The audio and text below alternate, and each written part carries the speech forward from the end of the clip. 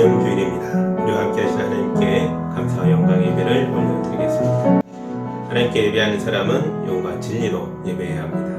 아멘. 사랑과 은혜가 충만하신 하나님 아버지, 봄이 시작되는 3월을 주심에 감사합니다. 추운 겨울이 지나고 따뜻한 온기를 불어주셔서 얼어붙었던 땅을 녹이시는 하나님의 손길을 바라봅니다. 이 시간 은혜를 사모하며 예배하는 우리에게도 성령님의 따뜻한 바람을 보내주시옵소서. 우리가 사순절 기간을 보내고 있사오니 이 예배를 통하여 우리 마음 깊은 곳에 십자가의 사랑이 새겨지게 하여 주옵소서. 예수님의 이름으로 기도합니다. 아멘.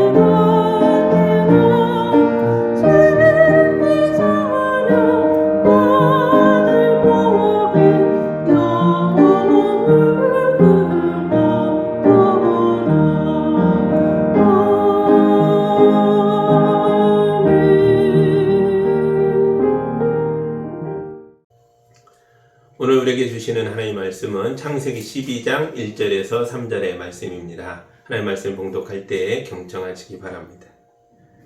주님께서 아브라함에게 말씀하셨다. 너는 내가 살고 있는 땅과 내가 난 곳과 너희 아버지의 집을 떠나서 내가 보여주는 땅으로 가거라. 내가 너로 큰 민족이 되게 하고 너에게 복을 주어서 내가 크고 이름을 떨치게 하겠다. 너는 복의 근원이 될 것이다. 너를 축복하는 사람에게는 내가 복을 베풀고 너를 저주하는 사람에게는 내가 저주를 내릴 것이다. 땅에 사는 모든 민족이 너로 말미암아 복을 받을 것이다. 아멘. 잠깐 기도합니다. 하나님 감사합니다. 창립 20주년 맞은 우리 교회에 축복의 말씀을 주셨습니다. 이 말씀을 깊이 들여다보고 우리 자신에게 적용해서 우리도 복의 근원 되어 살도록 인도하여 주옵소서. 예수님의 이름으로 기도합니다. 아멘.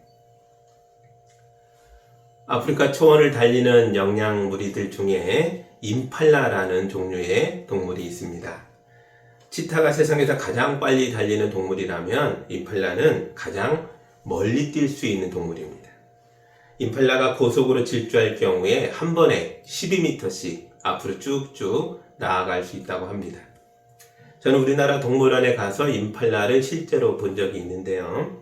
수컷 임팔라의 뿔이 얼마나 멋지던지 제가 봤던 동물의 뿔 중에서는 가장 멋이 있었던 것 같아요. 하지만 저는 임팔라가 12m씩 뛰는 걸 본 적은 없습니다. 동물원의 임팔라는 12m는커녕 1m도 뛰지 않더라고요. 동물원에서 태어난 임팔라는 자기가 시속 80km로 달릴 수 있고 높이 3m의 담장을 뛰어넘을 수 있고 또 12m씩 달려서 쭉쭉 갈 수 있다라는 걸 모를 거예요. 그렇게 뛰어본 적도 없죠. 하나님께서 임팔라에게 엄청난 능력을 주셨지만 동물원의 울타리가 그의 삶을 다 누르고 있어서 동물원의 임팔라는 자기 능력을 영원히 모를 수도 있습니다. 아브라함도 그랬습니다. 하나님께서 아브라함에게 큰 능력을 주셨습니다. 그것은 바로 복의 근원이 되어 사는 능력입니다. 하지만 아브라함은 자기에게 이런 힘이 있다는 걸 몰랐습니다. 그래서 동물원의 임팔라처럼 아브라함은 자기 고향에 갇혀서 75년을 무능력하게 살았습니다. 그래서 하나님이 직접 오셔서 아브라함을 자기 고향에서 나오게 하셨습니다. 1절 다시 볼까요? 주님께서 아브라함에게 말씀하셨다. 너는 내가 살고 있는 땅과 내가 난 곳과 너희 아버지의 집을 떠나서 내가 보여준 땅으로 가거라. 아멘. 우리 교회 교인들은 모두 고향을 떠나 이곳으로 모인 사람들입니다. 우리에게는 지리적인 의미의 고향도 있지만 신앙적인 의미의 고향도 있습니다. 저에게도 모교회가 따로 있습니다. 어릴 때부터 다녔던 교회, 제가 세례를 받았던 교회가 제 모교회겠죠. 그런데 보십시오. 저는 지금 예수양기교회의 목사입니다. 하나님께서 저를 신앙의 고향에서 나오게 하셔서 이곳에 거하게 하셨습니다. 어떤 의미에선 이곳이 저의 가나안 땅입니다. 하나님께서 저를 왜 이곳에 보내셨을까요? 2절입니다. 내가 너로 큰 민족이 되게 하고 너에게 복을 주어서 내가 크게 이름을 떨치게 하겠다. 너는 복의 근원이 될 것이다. 아멘. 하나님께서 아브라함을 가나안으로 보내신 이유는 아브라함을 복의 근원으로 만들기 위해서입니다. 제가 이곳에 온 이유도 똑같습니다. 저는 예수양기 교회 교인들을 복되게 하려고 이곳에 있습니다. 저뿐만이 아니라 우리 교인들 모두가 그렇습니다. 여러분 하나하나가 고향을 떠난 사람들입니다. 지리적인 의미의 고향만이 아니라 신앙적인 고향을 떠나 우리가 이곳에 모였습니다.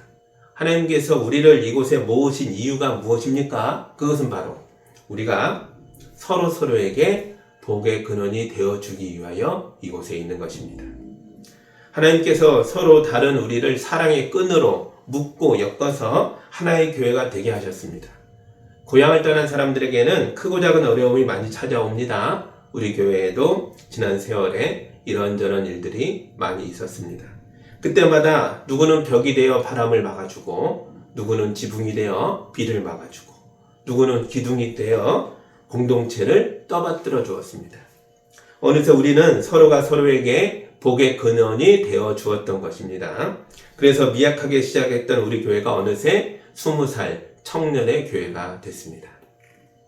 우리 교회를 세우시고 돌보시고 자라게 하신 하나님 아버지께 감사와 영광을 올려드립니다. 그리고 서로를 붙들어주고 서로를 복되게 하셨던 여러분 모두에게 감사를 드립니다. 제가 우리 교회 주방에서 교인 수보다 훨씬 더 많은 그릇을 발견했습니다. 교인이 얼마 없는데 그릇은 왜 이렇게 많냐고 오늘 장로님께 여쭤봤더니 우리 교회가 금방 부흥할 줄 알고 미리 사놓은 그릇들이라고 하셨습니다. 하지만 그 그릇들은 아직 쓰임받지 못하고 있습니다. 이게 이상한 일이 아닙니다. 아브라함도 그랬거든요. 하나님이 아브라함에게 내가 너로 큰 민족 되게 하겠다 말씀하셨으나 아브라함은 가나안 땅에서 평생 소수민족으로 살았습니다. 하나님의 약속을 어기신 겁니까? 그렇지 않습니다. 하나님께서 가나안 땅에 아브라함이라는 씨앗을 심으셨고 이 씨앗에서 싹이 트고 나무가 자라 마침내 오늘날처럼 믿음의 백성이 온 세상에 가득하게 된 것입니다. 그래서 가나안에서 소수민족 나그네로 살았던 아브라함을 가리켜서 우리가 믿음의 조상이라고 부르는 겁니다. 하나님께서는 큰 나무를 단번에 만드는 분이 아니십니다. 하나님은 작은 씨앗을 심고 인내와 사랑으로 돌보셔서 마침내 아름다운 나무가 되게 하는 농부처럼 우리를 기르시는 분이십니다. 한 농부가 어린 아들에게 사과를 하나 건네며 물었습니다. 이 사과 속에 씨가 몇 개가 있을까? 아들이 딱 쪼개봤더니 5개가 있어요. 5개요 했더니 농부가 또 물어요. 그러면 그 씨 속에는 사과가 몇 개 들어있을까? 아들이 대답을 못합니다. 씨앗을 잘 심어서 나무가 자라 많은 열매를 맺으면 정말 많은 상한을 볼 수 있을 것이고, 잘하지 않으면 한 개도 없을 거니까요. 세콰이어 나무는 키가 매우 크게 자라는 나무 종류입니다. 하지만 이 나무의 씨앗은 바람에 날려갈 정도로 작다고 합니다. 하나님께서 작은 씨앗 속에 큰 나무로 자랄 수 있는 능력을 이미 넣어 놓으셨습니다. 그래서 작은 씨앗이지만 땅에 심겨 자라면 결국 큰 나무가 된다는 거죠. 그런데 히브리어에서는 이 크다라는 뜻을 의미하는 단어가 가돌이라는 단어입니다. 가돌은 숫자가 많다, 키가 크다라는 정도로만 쓰이는 단어가 아닙니다. 가돌은 영향력이 있는, 존귀한, 위대한이라는 의미로도 쓰입니다. 세상은 숫자가 커야 위대하다라고 말할 수 있나 모르겠지만 하나님은 하나님의 뜻을 담고 있는 공동체를 위대하다라고 말씀하십니다. 20년 전 이 땅의 예수왕기 교회는 작은 씨앗이었습니다.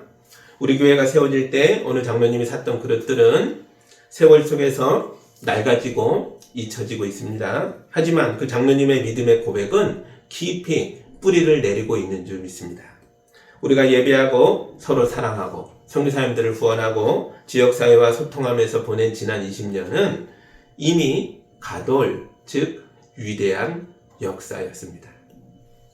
오늘 우리는 교회 창립 20주년을 맞아 원로장로 추대와 임직 예식을 준비하고 있습니다.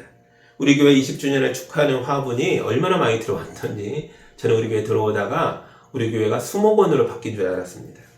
20년 전에 우리는 작은 씨앗이었는데 어느새 우리는 노예와 시차례와 지역사회로부터 인정과 사랑을 받는 교회가 된 것입니다. 우리가 알지 못하는 사이에 어느새 우리 교회가 수목원처럼 건강하게 자라난 것입니다. 앞으로 우리 교회에 좋은 일들이 더 많이 있을 겁니다. 더 많은 일꾼들이 세워지게 될 것이고 우리 자녀들은 세상으로 힘껏 뻗치는 건강한 가지들이 되어 자라날 것이고 그 가지마다 아름다운 열매들이 주렁주렁 맺히게 될 것입니다. 누가 이런 일을 하십니까? 하나님이십니다. 그러므로 심는 사람이나 물 주는 사람은 아무것도 아니요 자라게 하시는 분은 하나님이십니다. 아멘. 하나님께서 아브라함에게 복을 주신 목적은 아주 명확합니다. 너는 복의 근원이 될 것이다. 아멘. 제가 자란 춘천에 가면 노루목 저수지라는 예쁜 이름을 가진 저수지가 있습니다. 노루목 저수지는 소양댐에서 내려오는 맑고 차가운 물을 받아서 따뜻하게 만든 다음에 주변 농토로 공급하는 농업용수 저수지입니다. 그래서 수많은 생명을 길러내는 저수지였습니다. 하지만 도시가 팽창하면서 2017년에 용도가 폐지됐고 이제는 쓰레기와 잡초만 무성한 더러운 물웅덩이가 되고 말았습니다.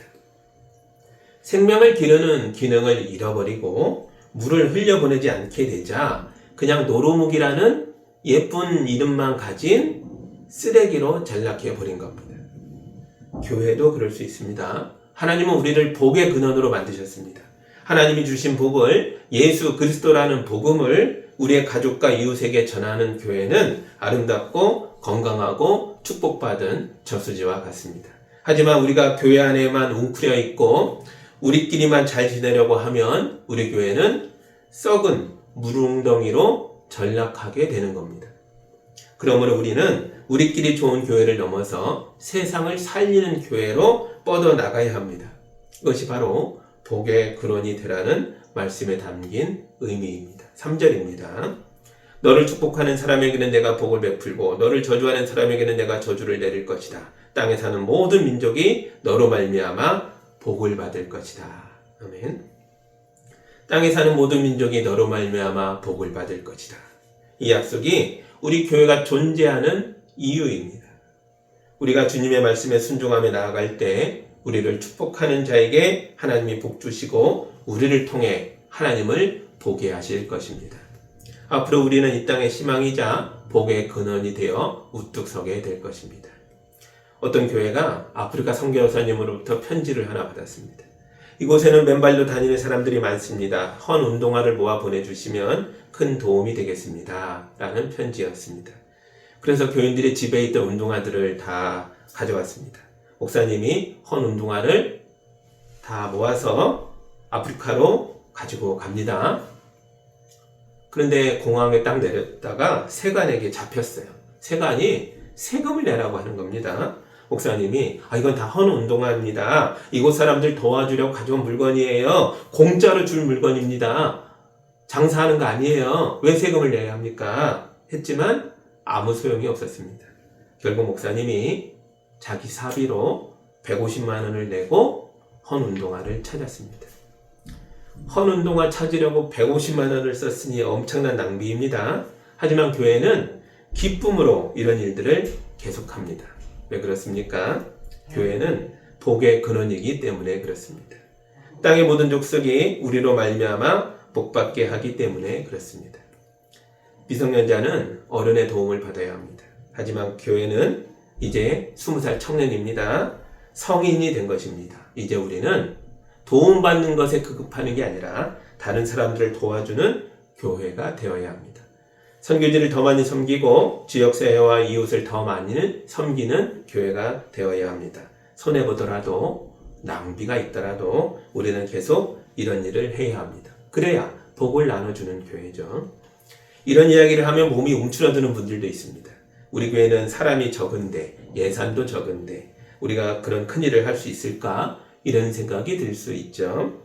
하지만 위대한 일을 하는 것에 있어서는 크고 작음은 아무 문제가 안 됩니다. 바다를 지키는 등대는 결코 백화점처럼 크거나 화려할 필요가 없습니다.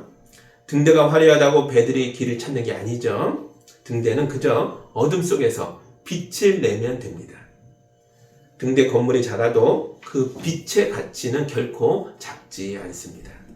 우리 교회는 이 어두운 세상의 작은 등대와 같은 교회입니다. 큰 건물을 짓는 것이 목표가 아니라 꺼지지 않는 진리의 빛을 비추는 게 우리의 사명입니다. 지난 20년 그 빛을 지켜오신 여러분이 진정한 영웅들이십니다. 사랑하는 성도 여러분, 아브라함을 부르셨던 하나님이 오늘 우리를 부르고 계십니다. 두려워하지 마라. 내가 서 있는 그곳이 축복의 진원지다.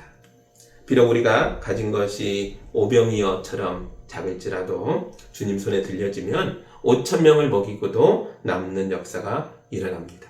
우리가 복의 근원입니다. 이 고백으로 앞으로의 20년을 당당히 걸어나가는 우리 모두가 되기를 주님의 이름으로 축복합니다. 기도하겠습니다. 하나님 감사합니다. 20주년을 맞아 귀한 말씀 주시고 우리를 축복하시고 복의 근원되어 살게 하시니 감사합니다. 우리 교회가 뻗어나가는 모든 곳들에서 많은 민족이 살아나고 예수 믿고 복받게 하여 주옵소서. 예수님의 이름으로 기도합니다. 아멘.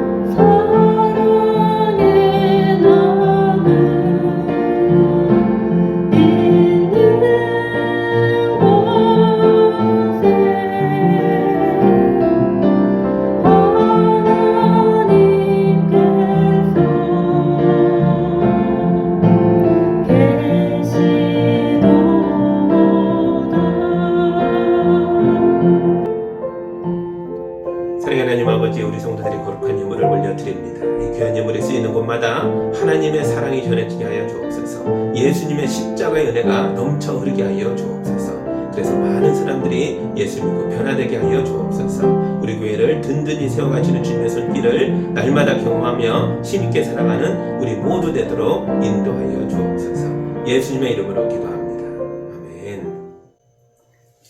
이제는 우리 주 예수 그리스도의 은혜와 우리 하나님 아버지의 크신 사랑하심과 성령님의 인도하심과 교통하심이 20주년 맞은 성인된 성도로서 담대하게 삶으로 복의 근원으로 살아나가는 우리 성도들 위해 이제로부터 영까지 함께하기를 간절히 축원하옵나이다. 아멘.